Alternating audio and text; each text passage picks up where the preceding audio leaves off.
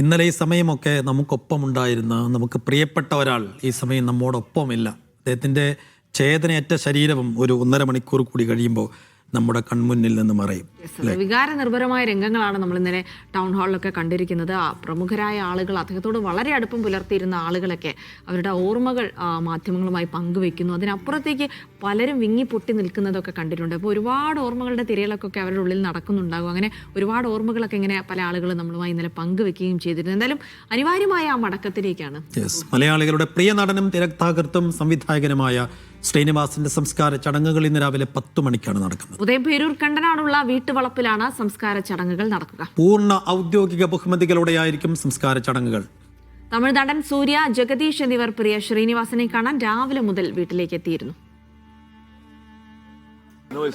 been a big fan of Srinivasan sir. சினிமால நான் வரதுக்கு முன்னாடி இருந்தே உங்க எல்லாரும் மாதிரியும் I've been following his work. Cochin இருக்கும்போது இந்த நியூஸ் வந்து ரொம்ப சங்கடமாக இருந்தது. ரொம்ப நேரில் வந்து வீட்டில் பார்க்கணும்னு ஆசைப்பட்டேன். அவரோட ஆத்மா சாந்தி அடையணும். அவர் கற்றுக் கொடுத்தது, அவரோட எழுத்து, அவரோட சினிமாவில் அவர் கொடுத்த அத்தனை விஷயங்களும் வந்து எப்பவுமே நிரந்தரமாக எல்லார் மனசுலையும் ஞாபகம் இருக்கும். அவர் ஆத்மா சாந்தி அடையணும். நன்றி.